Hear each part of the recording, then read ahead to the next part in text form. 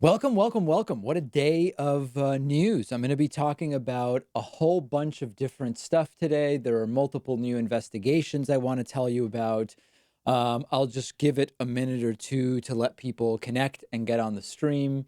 I was just watching on my phone. A bunch of people were texting me about yesterday's interview with the extraordinarily homophobic Paul Cameron. And it's so funny because I used to have these homophobes on the show more frequently when gay marriage was being more heavily debated. And there were a lot of these sort of prominent homophobes. And I've stopped doing it for the most part because a lot of the issues that they were talking about have more or less been resolved. Like, we know that children who are adopted by gay parents do just as well as children adopted by straight parents, adjusting for whatever factor caused them to be in the market for being adopted in the first place. I hate to use the word in the market, but I don't mean for sale, obviously. I mean just in an environment where they could be adopted.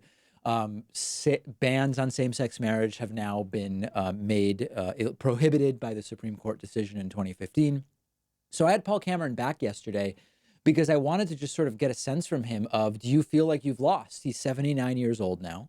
Do you feel as though your life's work has gone to nothing effectively?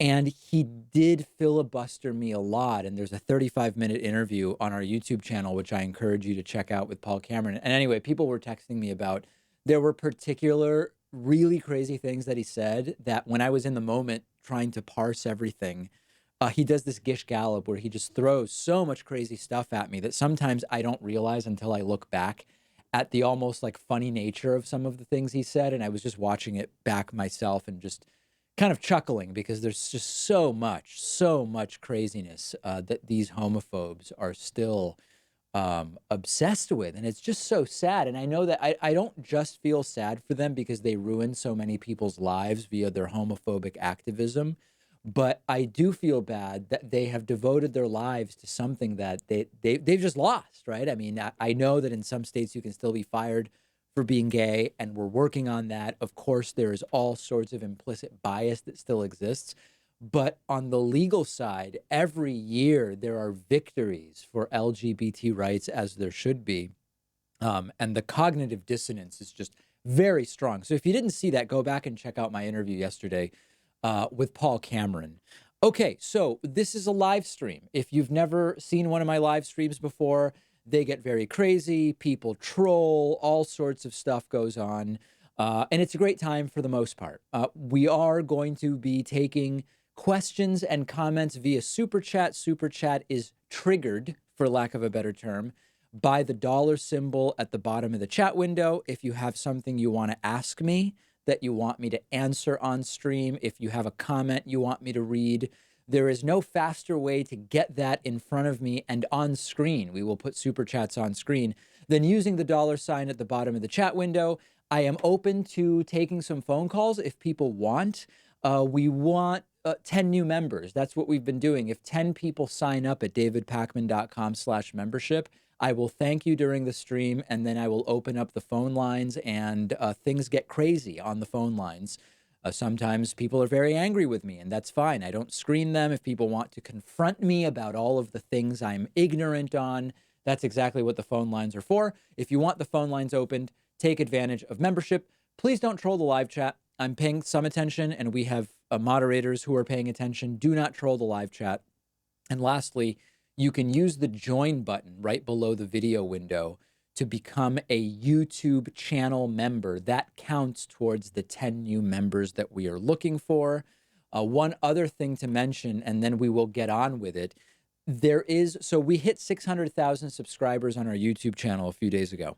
And to celebrate this, we are doing something called 60 for 60, meaning 60 memberships at 60% off, because we have achieved the milestone of 600,000 YouTube subscribers. If you want to get a 60% off discount off of a membership on our website, use the code 60 for 60. That's 60FOR 60. 60% off. That makes a yearly membership $2 a month. It makes a monthly membership $2.40 a month. It's a great deal, and it'll get the phone lines opened Toot sweet, I think, is the term that I am looking for. Okay, so let's get into the news, and we're going to get into all of this stuff extensively on the program tomorrow. uh, Election 2020 is going to be investigations. Okay. So Donald Trump is starting to think about, how can I get myself reelected? The people around Donald Trump who are going to be involved in the 2020 campaign are starting to think about, what is the campaign going to be?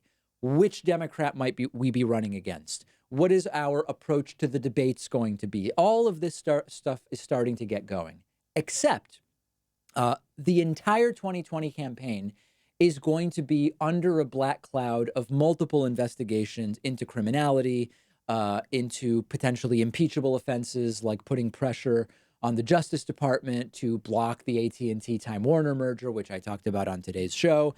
And we just have to concede that this is what it's going to be now and analyze the election on that basis, because anyone who's hoping for this stuff to go away and for it to just become Trump running for reelection against whoever, it's just not happening. Okay. The House Judiciary Committee has now opened up a broad reaching investigation focused on obstruction. This includes the James Comey firing. This includes Michael Cohen in some ways. This includes so many different things. 81 people and entities, including the White House, the Justice Department, senior campaign officials, Trump org officials, even the president's sons, Don Jr., and the slightly less bright, if you can believe it, Eric Trump. Everybody is wrapped up into this thing. So yeah, Trump's going to try to get himself reelected. But as that is all going on, there are going to be investigations. They are all going to be paying untold thousands, tens of thousands, or even hundreds of thousands of dollars in legal fees, which is great for the attorneys, by the way, as is often the case. And as they are trying to get Donald Trump reelected, these investigations are going to continue, and they are going to become extraordinarily oppressive in the sense of getting in the way of Trump and his cronies. And this is exactly what should be going on. Okay. Think back to Benghazi for a moment. 11 hearings on Benghazi. Did Hillary Clinton refuse to appear? Did she say, nah, I think I'd rather answer questions in writing and that's it? No, Hillary Clinton showed up and she was strong and she sat there for, what was it, 8 hours, 11 hours? No wrongdoing was found. If anything, Hillary Clinton was asking for more diplomatic security, which a Republican-controlled House refused to give her at the time. Donald Trump has used every possible means to avoid just answering Robert Mueller's questions, arguing that Robert Mueller is simply not a credible investigator, that to try to impeach Robert Mueller's character, to try to argue that Robert Mueller has not been properly appointed, or that there's some kind of jurisdictional or constitutional or legal issue with Robert Mueller as special prosecutor. Rudy Giuliani has done TV PR lawyer and gone on television to try to lobby public opinion in such a way that I guess maybe could have prevented Donald Trump from having to answer questions, and ultimately negotiating that questions would be answered in writing, as opposed to Donald Trump getting in front of Robert Mueller and answering the questions directly. Why? Because Trump lies uncontrollably. Trump lies uncontrollably, and it's extraordinarily likely that he would have perjured himself. So now that that one piece has been sort of satisfied with Trump's in writing answers, it is the tip of the iceberg. Democrats are now in power. Jerry Nadler, who Trump at some point called fat something, I don't even remember, some fat guy or whatever, he is now heading this up, and this is going to be a shroud of suspicion and a constant weight on the shoulders, on the backs of everybody participating in Donald Trump's reelection. And it's going to be absolutely fantastic, and I look forward to it because it's what should be going on. Responses are demanded within 2 weeks. We will see who figures out legal mechanisms to not even respond. The requests outline a sprawling investigation seeking documents, communications, as I mentioned, Comey's firing, possible pardons offered to Trump officials, Trump's finances and foreign governments, catch and kill payments involving the parent company of the National Enquirer and Trump, Trump's campaign contacts with Russians, and WikiLeaks. I was talking to some other progressive hosts the other day, uh, and we were saying, what do we think? So let me backtrack a little bit. When Donald Trump was first elected, we all saw a spike in interest in the political world in general. And then we saw that as the questions about the legality of everything that had transpired continued to grow, we saw more and more interest in programs like ours. And I was talking with some other progressive hosts, and we were saying, is this just the new normal? Like, how long is this escalated level of interest where the David Pakman Show YouTube channel is gaining 600 to 700 subscribers a day? And we've had more than 700 or so new paid members in 2019 alone. Is this going to continue, or are things going to, quote, settle down? And the consensus was that this is the new normal. This is the new normal of American politics. These investigations are going to continue, not infinitely, right? Nothing goes on forever, but indefinitely, with no particular endpoint at this point in time. This is just a part of it. The other element of this is the Jared Kushner security clearance. And I'm showing you a letter from Congressman Ted Lieu from California. The Jared Kushner security clearance issue needs to be investigated in a very, very serious manner. And this is a letter that Ted Lieu wrote to outline to Donald Trump's Attorney General William Barr why he believes that there must be an investigation, a criminal investigation opened into how Jared Kushner ultimately obtained his security clearance. And to sort of sum it up for you concisely, what we now know is that Jared Kushner was deceptive or extraordinarily ignorant of the truth, I think is a way we can say it, in his original financial disclosures and disclosures related to his security clearance. Foreign contacts were not disclosed. All sorts of entanglements were not disclosed. And the decision that was originally made on Jared Kushner's security clearance was he shouldn't have one. He just simply should not have a security clearance. We now have 2 or 3 different versions of explanations, some of which conflict with each other, as to how Kushner ultimately got that security clearance. Every single one of them in some way connects to nepotism, cronyism, and the bullying of Donald Trump. You'll remember that Ivanka Trump has previously said that Donald Trump was in no way involved in obtaining the security clearances that she and Jared Kushner ultimately were given. That appears to be a lie. Ivanka Trump should be subpoenaed and forced to answer questions about it. And now Ted Lieu is just saying what should have been said for a long time. This is rising to the level of possible criminality. The Attorney General, the Justice Department should look into it. But do any of us think that Donald Trump's hand-picked Attorney General is going to look into whether Jared Kushner was given a security clearance he shouldn't have had by Donald Trump, the guy who appointed William Barr to begin with? Obviously not. Obviously not. So Ted Lieu is doing the right thing here in that we need to know about this stuff. He's putting it on record why we need to know about this stuff and all of the evidence here. And maybe he is trying to build a case, if William Barr doesn't look into it, that this is a form of aiding and abetting by the Attorney General of criminality for which there is significant evidence. I don't know if that's the approach. I don't know if we will ever get a serious investigation into exactly what powers forced a security clearance on Jared Kushner. But good for Congressman Ted Lieu for demanding that investigation. Good for Congressman Jerry Nadler for starting his investigation into a wide-reaching obstruction and other possible crimes. And we'll see where it goes. But if nothing else, this is the new normal. This is what we're going to see up to and through the 2020 election. Will it help Democrats or not? I don't know the answer. I don't know the answer. Okay, I'm going to get to super chats momentarily. So if you are interested in having me answer one of your questions, you can use the $ at the bottom of the chat window. If you're interested in me opening up the phone lines, become a member at davidpakman.com/membership. We do have a coupon code available right now. The coupon code is 60 for 60, 60 FOR 60. If you use that coupon code when you sign up, you will save 60%. and I will be one membership closer to opening up the phone lines. This is all in celebration of reaching 600,000 YouTube subscribers and rapidly approaching 700,000. I think we're already at like 602,000. And I want to thank Glenn Turner. Glenn Turner just signed up at davidpakman.com/membership using the code 60 for 60. That's one. We are looking for 10. When we get to 10 new members, I'll open up the phone lines for you at 617-830-4750.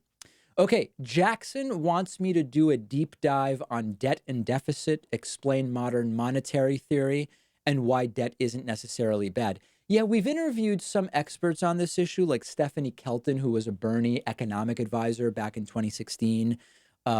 We've interviewed, who else did we interview on modern monetary theory? Pavlina Cherneva, who's really good on that issue. And I'm open to doing more on debt and deficit. I also, the problem with debt and deficit is if I overdo the debt and deficit stuff, it starts to give the impression that it's a bigger issue than it actually is, when what I really want to point out is that it's not actually the serious issue that Republicans and even some Democrats make it out to be. But maybe we will, Jackson, do a long form on debt and deficit. Meredith White sent a $5 super chat. Do you think the RNC encourage a primary to have a backup plan if Trump gets impeached or is very clearly not going to win? That's a possibility, but it's a double-edged sword, because pushing a primary against Trump, a primary challenge against Donald Trump, can also weaken Trump if that challenger loses but ends up running as a third party. And when we looked at last election, 77,000 votes in 3 states are all that put Donald Trump in the White House. The possibility of giving enough Republicans the idea that, hey, I would vote for this guy or gal if they ran third party, potentially losing Trump the election, it's a risk. So I think that it's sort of a double-edged sword, Meredith. Sam Dean sends a 10 Australian dollar super chat. G'day, mate. How do you feel about Australia issuing a passport to Julian Assange? Do you believe we'll make a deal with America to deport him? Is there an example you know of that aids your opinion? You know, I haven't even heard about this yet. Let me see if I can look something up about that. Australia, Julian Assange passport. Let's see what there is. I completely missed this story. Let's take a look at a Associate or Reuters article about it. Let me zoom it out a little bit. This is a crazy, it's a savage level of zoom. Australia has confirmed that Julian Assange has a valid passport, a key development for the WikiLeaks founder, who fears that Ecuador seeks to end his asylum in its London embassy and extradite him to the United States. The new passport, which would allow Assange, who is in failing health, to return to Australia, was issued in September last year, but remained unreported until Saturday. His previous passport had expired. That is interesting. Now, I wonder how he gets from the Ecuadorian embassy to somewhere where that passport would be useful.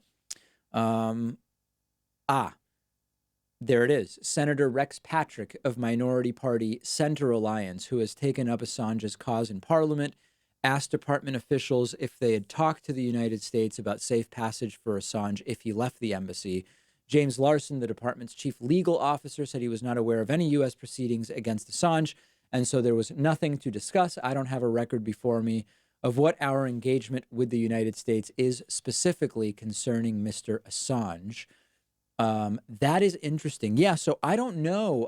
I think that's, I have no idea. I mean, quite frankly, I just don't know, Sam, if there may be a deal with the United States to deport Assange, but I will look into it and report back to you. That's an interesting development. Okay, let me say thanks to Kevin Zuniga. Kevin Zuniga has become a member at davidpakman.com/membership. That is 2 out of 3. I'm sorry, 2 out of 6, 2 out of 10. 2 out of 10 on the way to 10 new members, at which point I will open up the phone lines. Also want to say thank you to Craig Stanway. Craig Stanway has signed up using the 60% off code. This code ends tomorrow, by the way. Craig Stanway has himself a nice new David Pakman Show membership, shiny and out of the box, for only $2.40 a month. Why? because he applied the coupon code 60460, which saves you 40%. Next super chat is from Ibajesus. Okay. Do I think capitalism is inherently exploitative? Well, in a sense, the concept of capitalism is taking labor, adding it to raw materials, and creating something which can then be sold for more than the sum of its parts. In other words, taking $2 of raw materials and paying someone $5 for their labor and selling it for $10 instead of the $7 that went in. So is it exploitative? Yes, in a sense, it is exploitative. The question of whether it's a fair level of exploitation in exchange for the business owner establishing the means of production is, how is that surplus split? If poor working conditions and meager wages are provided to the worker in exchange for their labor, then it's by definition exploitative in a way that we shouldn't accept and that we need government regulation to deal with. If we take that surplus and we divvy it up in a way that is fair, provides steady income for employees in conditions that are not unsafe or exploitative, then we can say that maybe that's a good arrangement. And I think that that's basically the view of social democracy. So the answer is yes, in a sense. It is exploitative, but the question really requires more analysis than that to fully discuss what alternatives would be better or what alternatives would be worse. Jason LeBlanc has used the join button to become a YouTube channel member. This is something new that not every YouTube channel has access to.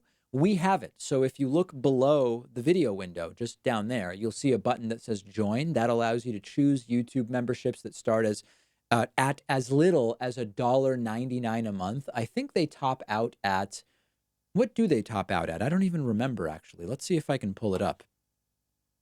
What do I want? I guess I want my own YouTube channel.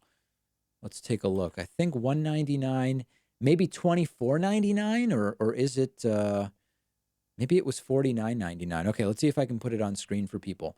Okay, so here it is. Oh, my own live stream is being promoted on the channel. So there's this join button, and if you press it, only owned brand accounts can be used to join channels on YouTube. Okay, so I'm clearly logged in a way that it does not allow me to show you. But anyway, that join button shows up below the video window. Not every channel has that. We do. Why? I don't know. We were selected for this beta. And you can join on YouTube. And we are counting that towards the target of 10. So far we have Glenn Turner, Kevin Zuniga, Craig Stanway, and Jason LeBlanc. That's 4 out of 10 new members. Why do I say I will only open up the phone lines if we get new members? Because opening up the phone lines costs money. We have a service that we use that allows us to have people in a queue with caller ID, so I can mark people as good callers, bad callers, adversarial callers, who I go to first almost exclusively. And when you have 30, 40, 50, 60 people holding, every minute that those people are holding, we are paying for that because they are on the phone.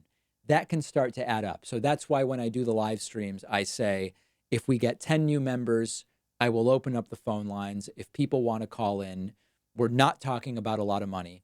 Let's make it happen. 10 new members, and then I will open up the phone lines for you and take callers at 617-830-4750. Okay, let me go back now and complete our discussion about the call for an investigation into Jared Kushner's security clearance. One of the interesting things that Congressman Ted Lieu cites here is this second paragraph, where he says, Mr. Kushner and Ivanka Trump have both apparently lied in various public interviews and in statements, saying that the president never directed John Kelly to grant a clearance for his son-in-law. In an interview on ABC News' The View on February 8th, Ivanka Trump said the president had no involvement pertaining to my clearance or my husband's clearance, zero. We now have reason to believe that that was not true. And that would be a reason that we would immediately want an investigation into that. As Ted Lieu points out, lying to the public, though disgraceful and unethical, is not ipso facto, I think it means ipso facto, a criminal act. Lying on one's SF-86 questionnaire for national security positions, however, is a federal crime, punishable by up to 5 years in prison. It was previously reported that Mr. Kushner had to submit at least 3 separate addenda detailing over 100 omissions, including the infamous June 2016 meeting he attended in Trump Tower, where Russian agents offered dirt on then candidate Hillary Clinton. He also failed to report his meeting with Russian Ambassador Sergei Kislyak and the head of Russian-owned bank Venetia Ekana Bank. I'm struggling with that one. So we've got to get this guy under oath, and we need to figure out how far do the lies go and how extensive is the deception, because at this point, there is simply no question that he would not have gotten a security clearance were it not for someone's interference. Was it Trump saying it to Kelly? Maybe not. These guys are slick. So when Ivanka says, my dad never said anything to John Kelly about it, could have said it to someone else who said it to John Kelly, could have said it to someone else who made it happen and got it up the chain of command. We don't know. They're very slick with the way that they deceive and distort. So I think that this needs to be a top priority. And this is a national security issue, okay? These are not public vendettas against Jared Kushner or Ivanka Trump or whoever. When we have people that by the normal course of establishing who should have a security clearance are determined not to be deserving of one, and then they get one anyway, that's a national security issue. And Jared Kushner could well be in the pocket of the Qataris. He could well be in the pocket of the Saudis. And if you care about national security, if you care about law and order, you have to demand an investigation here. And I hope that we do ultimately get one. Okay, let me get to a couple of other super chats and different things. Garrett Saped has become a YouTube channel member. Thanks, Garrett. Thanks, Garrett. That is number 5. Okay, so we're looking for 10 new members today, and I'll open up the phone lines. We are halfway there. Option 1 is hitting the join button right below the video window. That'll give you options as inexpensive as $1.99 a month. Second option is to go over to our website, www.joinpacman.com, and then use the coupon code 60 for 60. Okay? The coupon code 60 for 60 expires tomorrow, and it will save you 60% off of the membership of your choice. It's not the low introductory rate of 60% off. Once you establish a membership at a 60% discount, you keep it for as long as you want, okay? Membership provides you the daily bonus show, only available to members. And also, membership is our number one source of funding. Membership has allowed us to weather the unpredictable rise and fall of YouTube revenue, dating all the way back to YouTube adpocalypse. And membership is just a really great way to support programs that you think are valuable. So if you do value the show and you want the phone lines open today, get a membership at www.joinpacman.com. I will thank you profusely, like I have thanked Jason LeBlanc and Garrett Saped and Craig Stanway and Kevin Zuniga and Glenn Turner, tonight's 5 new members so far. And if you are interested in the phone lines being opened, let's make that happen. GR sends a $10 super chat, the high super chat of the evening, says, half Pacman, I say no. I say do the whole Trump toilet flush or draw a square on the floor with chalk and lure him to the trap with a Big Mac. How does that make you feel? Congress, right? Love GR. I still, after all these years, never have even the slightest idea what GR is talking about, but he has been a great supporter for many years. So thanks to GR, with peace and love. Don't know what you're talking about, but I absolutely love it. Mr. Simple Truth asks, am I familiar with international relations theories like realism, liberalism, constructivism, and so on. Which one do you prefer for international relations analysis? You know, I'm not familiar enough with that. So I'm not really in a position to comment intelligently. What I do want to see is international relations very short introduction. Is there a very short introduction for international relations? There is. Okay. When I don't know much about a topic, one of my first moves is I will get one of these very short introductions. And I've read probably 15 or 20 of these, and they are a really good, whoa, that is very, very zoomed in. They are really good introductions to a lot of different topics. They are very dense in general. So let's see if we can look at the beginning of this one. They are typically written in pretty dense language, but they give you in usually like 100 pages a really good introduction to a topic. So like I recently read the one on Stoic philosophy. I recently read the one on organized crime. And I find that when I don't know much about a topic and I'm wondering how to get into it, the very short introductions can be really useful. So maybe I'll grab that one. Appreciate the question. Okay, JCPP is a new YouTube member. That gets us to 6. We are now at 6 new members during the stream. When we get to 10, I will open up the phone lines. Frenic32, is it moral for middle or high school teachers to directly try to influence their students' political leanings through intentionally persuasive rhetoric? It depends on your view of morality. If your view of morality dictates that teachers should leave politics completely outside the borders of the classroom, then it would be immoral. If you believe that teachers should inform and educate in a way that is going to make students the most productive members of society possible, and by productive, I don't mean economic productivity, but I mean good people, moral people, people that are good people to share the planet with, then I don't see anything inherently immoral about that. The problem is one person's politics are another person's disinformation. And how do you establish some kind of policy that is objective? And that is where these ideas of leaving anything political out of the classroom come from. The problem is, how do you teach history without a political bias one way or the other, implicit or explicit? How do you teach philosophy? How do you teach economics without such a bias? I simply don't think it's possible. Joshua Carr, great to see Joshua. Joshua recently was involved in a lot of really great stuff with the David Pakman Show, and he's a David Pakman Show all-star. He says, hey, David, love the show, and am, as you know, a huge supporter. I was wondering your thoughts on gear on your store, the Trump ones. I know you dislike ad hominem attacks. Thoughts on if the shirts are ad hominem. Okay, let's take a look at them. So I'm going to go to the David Pakman Show store, and we can look at this together.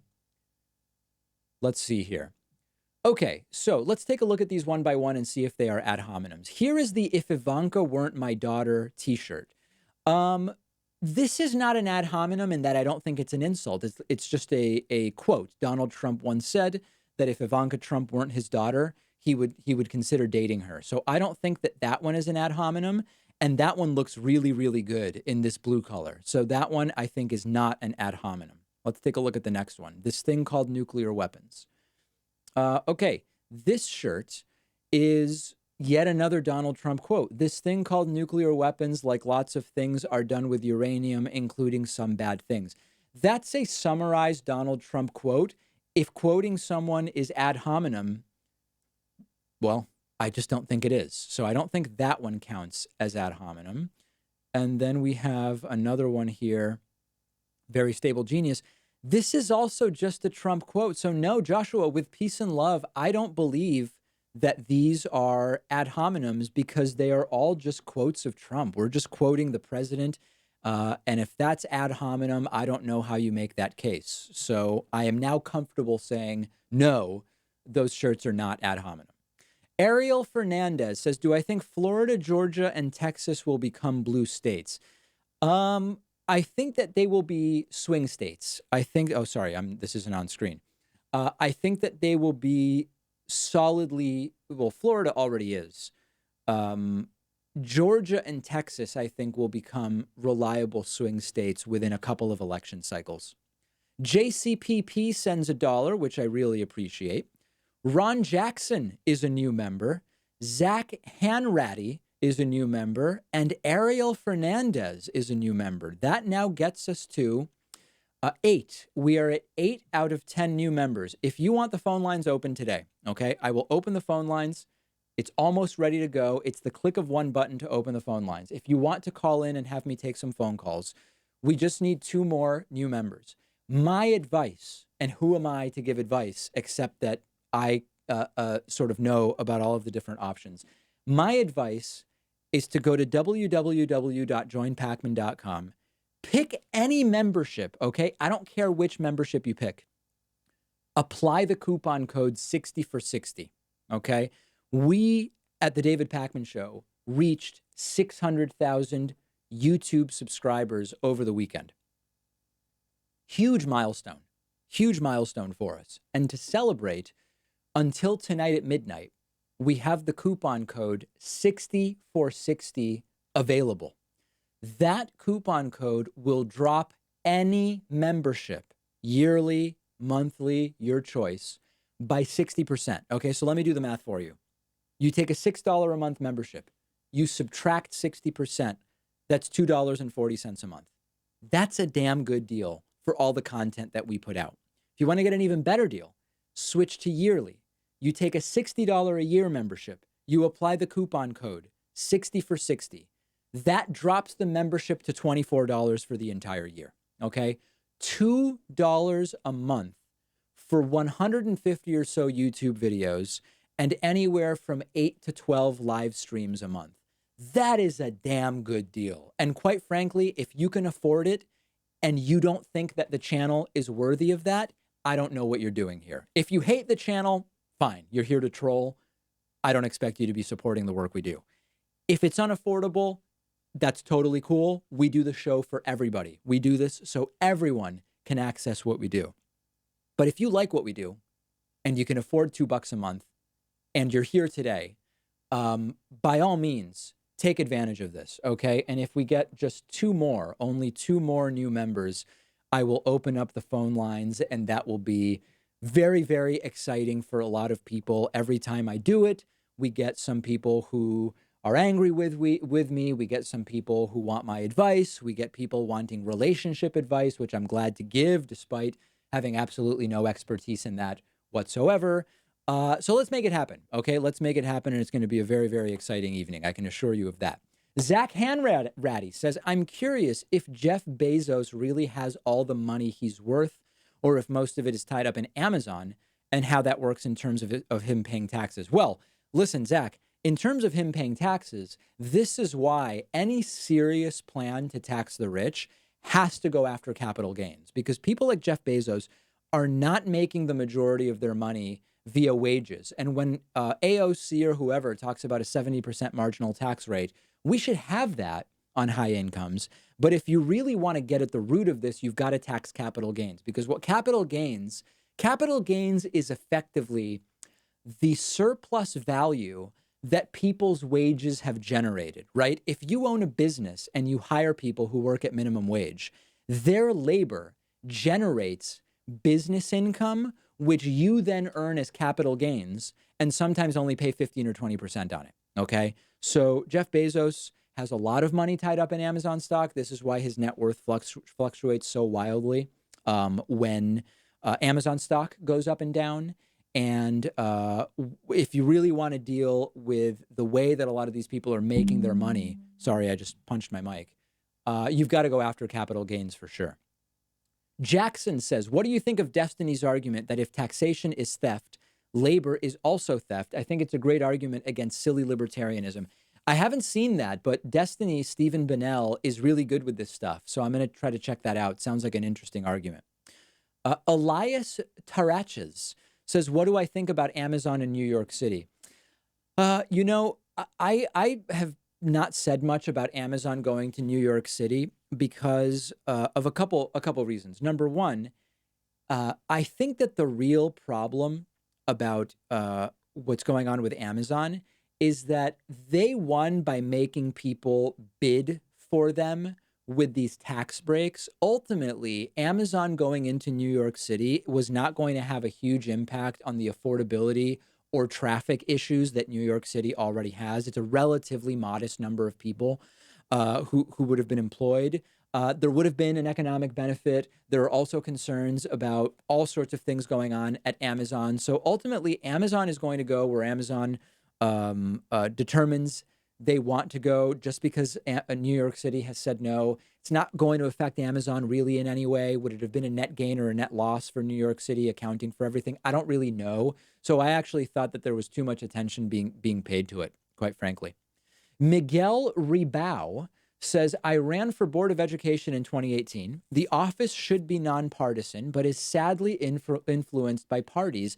How should I fight against such partisanship? Well, there needs to be a campaign to make it a nonpartisan election. So, for example, in Northampton, Massachusetts, where the David Pakman show began, there are lots of races where people are Democrats and Republicans, but it's not on the ballot, and it's not partisan in that sense. That's a decision the community needs to make. That's something, and I don't know whether it happens by referendum or what, but that's the way to do it, and I advocate for that. I think that would be a very good thing. Okay, we're going to open up the phone lines. Okay, we're starting to get. Sahil is funny. He's able to actually make me laugh out loud. I like that. I'll get to that in a second. I'm going to open up the phone lines because we have so many new members who I'm going to thank shortly. 617-830-4750. Let's say thanks to Caleb Seligman. Thanks to Jason Goodson. Thanks to who else? Thanks to Chris Sorvari and Ethan Harper and Roberto Suarez and Daniel Maddox and Levi Tooker and Roger Spenger and Elias Kripidos, I apologize, and Gabriel Arnell. Wow. Thank you so much for the support. I will open up the phone lines at 617-830-4750. People can start queuing up now. No speakerphone, please, no speakerphone, and also no Bluetooth. Okay, let me get that set up. So Vibrantly Brantley sent me $20, but says that they're just here to troll and don't support the channel. Well, you supported me with $20, and I appreciate that.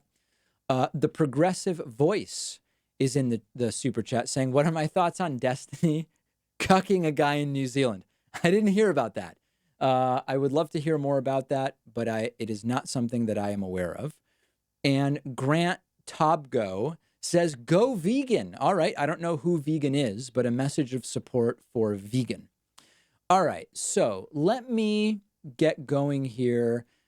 There's always this switch that I have to do in order to get the phone lines working correctly.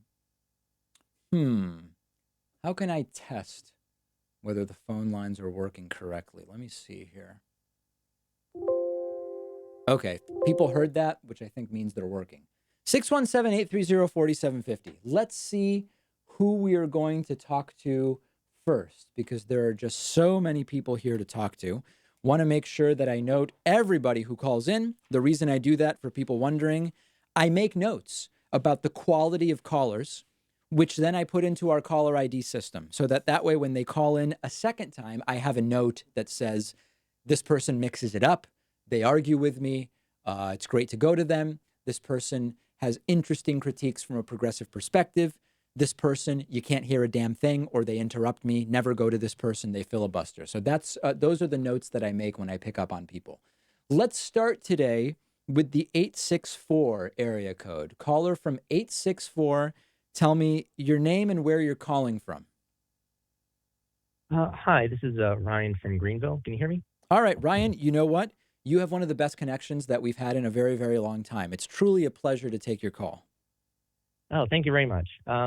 So my main question is concerning the House majority Democrats and their announcements of them doing investigations into the Trump administration and that sort of thing.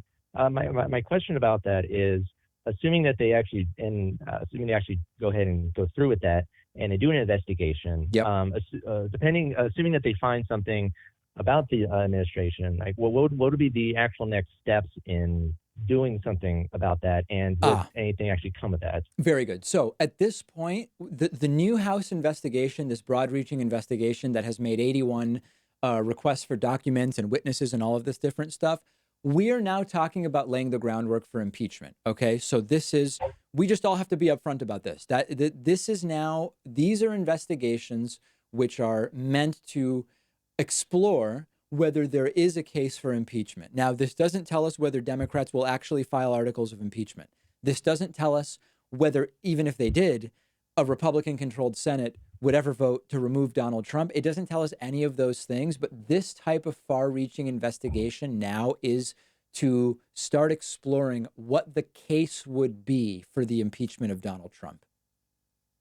Hmm, I see. All right. Thank you very much for answering the question. All right. Thanks so much for the call, Ryan. And truly, congratulations on just the incredible phone connection. We've not had anything like it for a very, very long time. And you don't know how much I appreciate it. Let's go next to our caller from the 914 area code. Caller from 914. Who's this? Where are you calling from? Hey, David, this is Nick. I'm currently sitting in traffic on the way back to Boston. How are you? All right, Nick, I'm doing well. And you are coming through loud and clear, which is absolutely fantastic. All right, awesome. Yeah, so my question is I was reading a New York Times article about a month ago about Elizabeth Warren's new child care plan Yes. and how she plans on paying for it with the wealth tax. And kind of an offhand comment they made in the article was that the wealth tax may be considered unconstitutional because of the 16th Amendment, which basically only allows the federal government to levy taxes on one's income. What do you think about this argument? All right, let's see. I'm going to pull up 16th Amendment. I want to take a look at it myself first so that I can properly explore this. Let's take a look at that first and foremost. Okay. Congress shall have power to lay and collect taxes on incomes from whatever source derived without apportionment among the several states and without regard to any census or enumeration. Okay, so this, unfortunately, so this is going to come down to a constitutional argument where if you believe that the government only has the ability to do what is explicitly laid out in the Constitution, that might be a solid argument.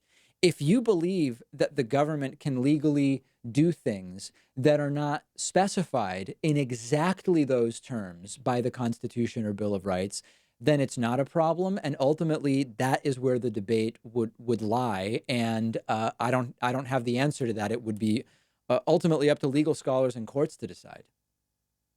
Yeah, that makes sense. I just thought it was kind of interesting how they didn't really explore it in the article. It was kind of just an offhand comment. So I just want to get your thoughts on that. Thanks, David. Yeah, I Appreciate mean, the listen, call. at this point, we're pretty far from passing a wealth tax. So it may, at this point, it's probably 99% academic, and maybe someday it'll become a reality.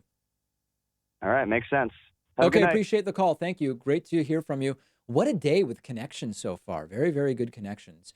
Let's go to the 786 area code. Caller from 786. Who's there? Hey, this is AJ. Oh boy, AJ, you know what?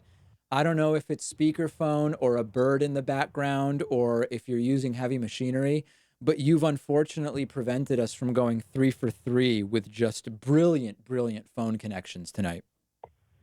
Can you hear me? All of a sudden it's much better. I appreciate whatever you did. Oh yeah. So my question is today, like, what's going on? That was on CNN. I think it was last night. Like AOC was going after taxes, the tax returns. There was a Republican congressman from Texas. He said, "No, we cannot go after individual taxes." Is he lost his mind, or is he serious about it?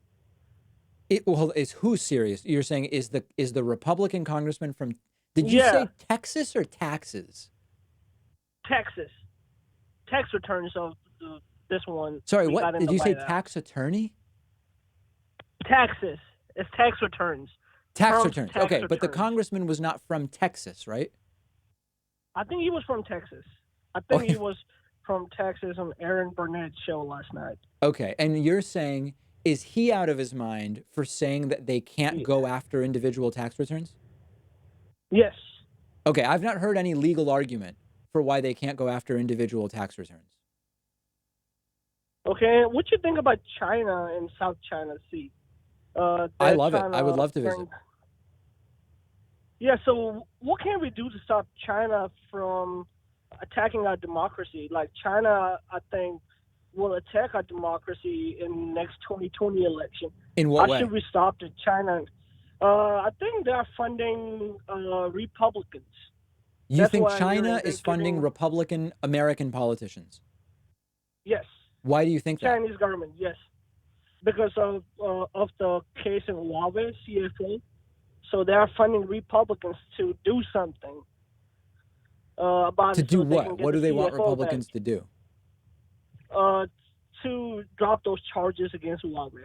Oh, That's I see the what you're saying. technology. As a sort of quid pro quo. Yes. Yeah, that's interesting. I mean, listen, we know that there is constant attempts to interfere by foreign powers in our elections. Sometimes they're successful, sometimes they're not. The question's bigger than China. It's about having an administration that takes that foreign interference seriously. We don't have one right now. So this is a great time for China to get away with whatever they want, unfortunately. And what's the code to use it to save $35? I'll go and join today as a member. Is Oh, it save that 35? code is gone. The code to save $35 is gone. But the new Okay. code is 60 for 60. Okay. So with the code 60 for 60, you can save $36. Would you be open to saving Okay. $36 instead of 35? Sure, why not? That's Okay. So much the better. code 60 FOR 60 for 60 will save you 60 for 60. $36 off of the $60 membership. Okay, I'll go and join today, and I really love your show. Thank you. I Really, so appreciate really the was phone not call, and I'm seeing glad you. your connection improved. Great. Hope to hear from you again. Okay. Before I get to the next phone call, I just want to make sure I'm keeping up with all thank yous here.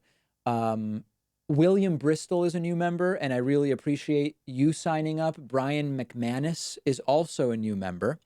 And JCPP is asking about webinars on how to look at politics critically. I don't know if you're asking if I'm aware of any webinars, which I'm not, or if I would be interested in putting a webinar together. Probably not. I mean, I would do YouTube videos and YouTube series. That's more my format. But webinars, I'm not aware of, nor am I likely to do any webinars at this point in time. Okay, let's go to our caller from the 937 area code. Caller from 937. Who's there? Where are you calling from? Hi, David. This is Rachel calling from Indiana. Hey, Rachel, what part of Indiana are you calling from? Bloomington. Bloomington. You know, we actually just got on TV in Bloomington. Oh, you did? Yep. Cool. So I wanted to ask, I don't know if you're aware of Ilhan Omar is under fire again over the weekend. No, I haven't seen some anything comments about her. she made. Okay, basically she made comments mostly seeming somewhat anodyne, but still kind of referencing the dual allegiance to Israel kind of thing. And this time she's doubling down rather than apologizing. There's been a huge backlash. And, you know, maybe it would be better to ask you this question if you have time to actually look up what's going on. But I kind of want to ask if you think that it's more of that there's a bit of an overreaction to what she's saying. Well, I don't know, I guess, what the reaction is, and I'd have to see exactly what the comments are. I have to admit, Rachel, I'm finding myself not caring about Ilhan Omar. Like, I don't know what it is. Like, there's a lot of, and I don't mean that, so this is not to say that I don't like your question in any way. I'm finding that this entire thing, it's like, okay, she made comments that some found to be kind of foot and mouth, and others said were really good critiques about the influence of AIPAC on American politics. There was a discussion as to whether they played on anti-Semitic tropes, either deliberately or out of ignorance. People got very, very wound up. Listen, the truth is that you can say there's a double standard in terms of the reaction to Ilhan Omar, that people who make different comments about influence on American politics would not be seen in the way that she is being seen. You can say that's the double standard. You can say the double standard is that the only sort of double loyalty that is being brought up is that of Jews to Israel and the United States. And we don't hear that about, immigrants from the Middle East having dual loyalties to their home country in the United States. So you can accuse both sides of sort of double standards and kind of misplaced reactions. And in the end, I'm finding like, hey, let's see what kind of a proposal she has for taxes or for the Green New Deal or something about pollution. Like I'm finding myself kind of bored with it. I kind of agree. It's kind of more exhausting watching the outrage machine go about it, going back and forth. But what seems really unfair is that there's a lot of calls to have her removed from the Foreign Affairs Committee over it. And I don't really think that her comments are really all that offensive. I think the language she's using is kind of tone deaf. Yeah, And I think just the language kinda is tone deaf, but I've not seen the latest comments, but I have not seen anything that would make me think she should be pulled from the committee, at least not from the initial set of comments. I don't think that with these recent comments your mind would change at all either. Okay. So, I'll check it out after the stream. I appreciate the call, Rachel. no problem. Thank you. All right. Bloomington, Indiana. Yeah, glad to be on television there. It's great stuff. Okay. Irene Humphreys sent a donation to ask how to change the amount donated. I don't know. I don't know that you can after you've donated it, Irene. Phil Runge is a new member, which I really appreciate. And we will go to our next caller. Let's go to, where do we want to go next? Just so many people holding, so many exciting area codes that I like to guess at. Let's see. What about let's go to the 817 area code. Caller from 817. Where is 817 and who's this? 817 is Fort Worth, Texas. Oh, and all this right. is Fran Fort Worth. Frofra. Cool. Yeah, I have someone who just moved down there and they like bought a mansion for $300,000. It was crazy. Sounds about right. Yeah, Yeah. housing prices are relatively cheap down here. What's going on? Thanks for taking my call. Yeah. I was listening to your show from earlier today, and you were talking about how debates are essentially meaningless or they're terrible as far as like informing people and that sort of thing. So I just had a question in regards to, on the surface, this may seem like a bad idea, but what is your thought on taking the American Idol sort of model and sensationalizing debates where you actually have perhaps judges that are well respected in a given community who would fact check, like you're saying, people's statements after the fact, and then provide like a grade or a score at the end of the debate to actually kind of give some sort of subjectivity to it? It sounds interesting to me. The problem is no one would ever agree on who the judges should be. Then you would say, well, we'll have 2 Republican judges and 2 Democratic judges. And then what you're basically just going to have is just another layer of partisanship, which is kind of like the grades. I think that serious news organizations like PBS, for example, Reuters and the Associated Press would be more than capable of doing live fact checking. You could even put the debates on a 5-minute delay so that to the audience, the fact checking would really be popping up live because they've got a 5-minute head start. But I think fundamentally, it's a sort of double-edged sword because you have an audience that doesn't really want long-form debate and discussion. They want talking points and zingers. And you have a format that only allows for that. And so you're never really going to figure out really deep, substantive sort of policy positions from the way the debates are set up. I mean, like 90 seconds plus 60 seconds to respond. It's like you can't even really lay out what the issues are in that amount of time. Sure. Yeah, that makes sense to me as well. I'm just trying to like brainstorm and figure out, ways to go about it where we would be able to have more informative and more long form discussions in that sort of way to where, I don't know, there's actually serves a purpose, because I agree with you that they just seem kind of meaningless and frivolous at this point. Yeah, I mean, here's the right way it should be done. And this would require really engaged people who have attention spans and the willingness to actually do the work. There should be, for example, a 90-minute debate between now the primaries are complex because there's so many candidates, but the final debate, you should have 90 minutes and the topic should be narrow. It can't just be domestic policy. Like that's way too broad. That includes social issues, economic issues. It's just way too much. It should be 90 minutes, for example, on domestic economic policy, period. Then you can spend 20 solid minutes. You could spend way more, but then you can spend 20 solid minutes on tax policy. What policy do they believe makes sense for taxation? What are the tax rates that there should be? How would those impact different industries? What is the purpose of setting tax rates at a certain level? But who would watch that, right? I mean, we just don't have a public that would actually sit there and pay attention to that. Oh, I don't know. I mean, with the surge of podcasts these days and people really listening and enjoying 3-hour long-form conversations, I think there is a market for that, or there is a certain subset of the population that I think that would be down for that. I certainly would. Just hearing you talk about it, I'm like, yeah, that's a great idea. I'd watch that. Maybe you're right. I mean, but again, remember that the long-form podcasts, even if they get a couple million views on an episode, that's a tiny fraction of the entire voting population. And most of the voting population is not seeking out 3-hour podcasts. Yeah, you got me there. But listen, I agree. Okay, I mean, well, I the appreciate debates don't serve really any good purpose other than just kind of like a milquetoast version of talking point contests.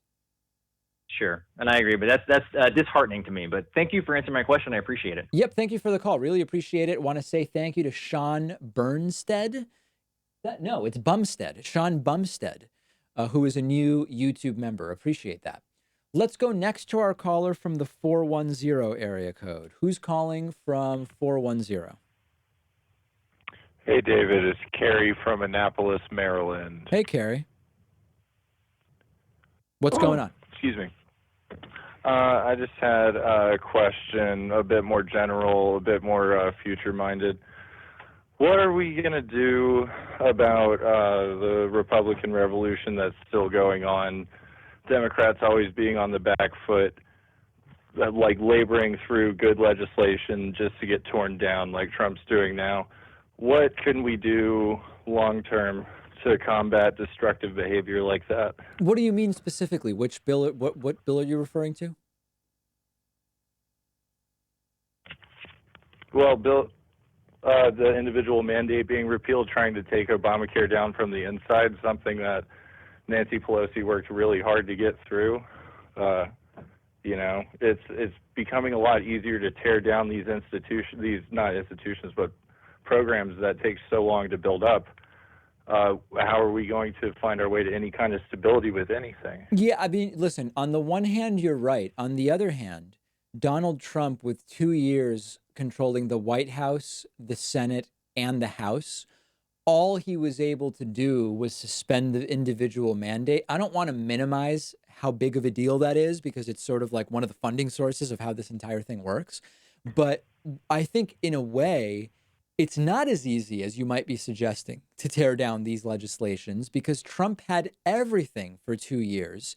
And the Obamacare exchanges are still in place. In many states, they continue to grow. So I actually think it's not quite as easy as you're representing to tear down some of this stuff. True. Might I add a bit more pointed question? Yeah.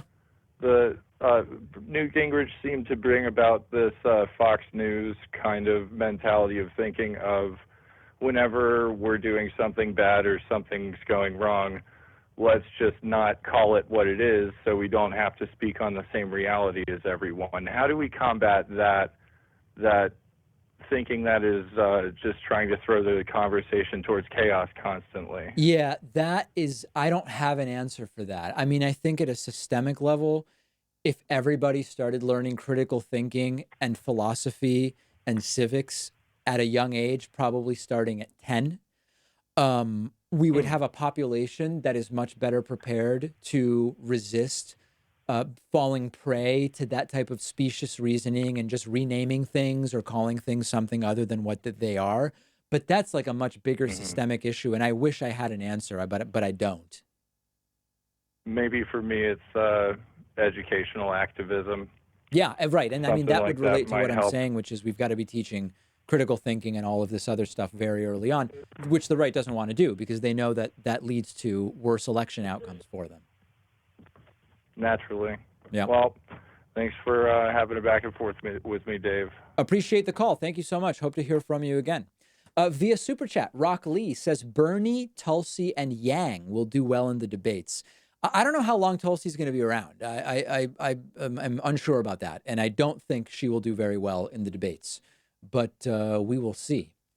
Let's see. Who else is holding here? Let's go to the 518 area code. Caller from 518. Who's this? Where are you calling from? Hi, this is Ahmed. I'm calling from upstate New York. Hey, Ahmed, what's going on? I just wanted to talk to you about an issue that hasn't hit the U.S. news yet. Yeah. A bit of a background. I'm from Algeria. Okay. So there's been the president who's been there for like 20 years is running again. He hasn't had a public speech since 2012, and there's like 4 million people in the streets. And I just noticed that the U.S. media has picked up the story in a negative way. CNN suggested there was violent protest, and Washington Post suggesting that the government is using force, which neither of them is true. So I just wanted to give you a head start on a story that might or may not get bigger. In my opinion, it will get bigger, much bigger. I'm afraid of like it going the Syrian way. That's like really scary for me. So I just wanted to like have you like pick up the story earlier. Thank you. Yeah, I don't know anything about it, and I will look into it, and I appreciate you letting me know. All right, thanks. Have a good Okay, one. great. Have a good one. We've got a super chat from Comp Law who says blocked number 519 area code from Canada. I don't see any blocked numbers on our system, and I don't see any 519 numbers, so I don't know what you mean, but I'm sorry, I don't see that. Let's go to our caller from the 205 area code. Caller from 205, what's going on? 205, Hey, David. there you are. Hey, David. Sorry, this is Robert. I'm calling from not David Packman country, Birmingham, Alabama. All right, what's going on? So originally I was going to ask about Ilhan Omar, but one of your other callers already asked about that. But I just wanted to say really quick and get your take. Because she's a Muslim congresswoman, don't you think that like the GOP and the right wingers are going to try to find anything to slam her as anti-Semitic? Because they're doing that to Rashida Tlaib and they did that to Keith Ellison as well. So don't you think regardless of any, Muslim congresswoman or senator, they're going to try to slam her as anti-Semitic? Maybe. Yeah, I mean, listen, there were concerns with Keith Ellison, I think related to Louis Farrakhan, if I recall correctly. With Rashida Tlaib, the issue, it's not about anti-Semitic, it's what happened to, she was for a two-state solution, then all of a sudden she's not. That's a pretty big change. What's the explanation? That's not making sense to me. To say that, it's very easy and kind of lazy to just say, oh, they are anti-Semites. There's plenty of anti-Semites on the left and right in the United States, but merely calling people that is not really useful. It would be better to just deal with people in terms of the issues. If you believe they're wrong about an issue or they are misrepresenting something, then explain that. You know what I mean? So yeah, I mean, you're probably not wrong that there are lots of people on the right who, the problem is that it's not sincere in that the right is filled with anti-Semites. So it's just a political game that they're playing. They don't even really care if their target is anti-Semitic. Yeah, it's just, the way that I agree completely. It's just kind of the way that I've seen it is all of the only 3 Muslim Congress members, they've all tried to slam as anti-Semitic. I mean, I just feel like they just have it where they want to tie being Muslim to like being anti-Semitic, and like it's a part of the religion. Yeah. Yeah, I mean, I think that the 3 situations you're mentioning are different, but you're probably not wrong in assessing their motivations. Okay. All right. I got you. All right. Appreciate the call. Thank you David. so much. Great to hear from you. Okay, let's see. Irene Humphreys figured out how to change the donation amount and has sent a $9.99 super chat. Thank you very much. Andrew Mills sent a $10 super chat, says keep up the good work. Thanks, Andrew. And Fuad says, who will you vote for, David? Thanks for all you do. You're my personal favorite source of information. Thanks again from Texas. I haven't said yet. I'm not sure. I mean, right now, my top candidates based on policy are Elizabeth Warren, Andrew Yang, and Bernie Sanders, not in any particular order. I think Elizabeth Warren is in trouble in terms of her campaign, has had some missteps, doesn't really interview well. But I've not yet said who I'm supporting in the primary. And Ariel Fernandez says, do I think Generation Z will mostly vote Democratic? Yeah, will vote mostly Democratic. I do think so. And I think any suggestions from the right that that's not the case are not backed by evidence and data, which is what I care about. Okay, let's go to the 757 area code. Who's calling today from 757? Me. Okay, Hello? me, I would love to hear your name, and I'm hearing my own voice feeding back on about a 1 second delay. Maybe we could do something about that. I just took you off the speakerphone. This All is right. Ryan Brown calling from Frank, Virginia. Did you say Ryan? Yeah, Ryan. Okay, all right, go ahead, Ryan. What's going on? All right. So I heard Trump talking about how everything was rigged against So Ryan, your connection that he's is possibly absolutely hearing. abysmal. It's just an abysmal connection. There's a popping noise that sounds almost like there's popcorn popped in the line somewhere. And your volume is going from way too loud to unintelligible. So can we do anything to improve your connection? All right. How is it getting any better? You know, it's not. It's really not. It's funny. It's funny, but it's really not getting better. What are you exercising out of curiosity? No, I'm not. You're My phone service got cut off, and now I use this app called Text Now. Okay. It's based off the internet. How would you most succinctly sum up your question, Ryan? Do you think Donald Trump is taking what the left says and applying it to himself to get like both sides on his side?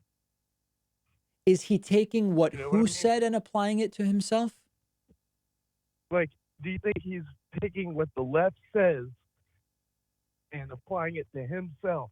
Oh, like what? What's an example of that? How the left talks about how the corporatists get the media on their side. You know what I mean?